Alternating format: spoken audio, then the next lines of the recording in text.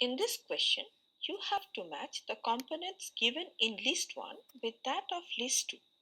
Metamorphism is characterized by the segmentation of the body with a serial repetition of some organs, and it is a common feature of the phylum Annelida. For example, earthworm. Hence, A matches with tree. Now, canal system are present in members of the phylum Porifera. Thus, B matches with 4.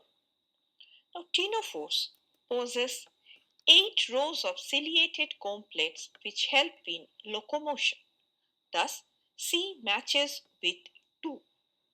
And nidoblasts or nidocytes are characteristic of cnidarians. Thus, D matches with 1. Hence, the correct answer is option A.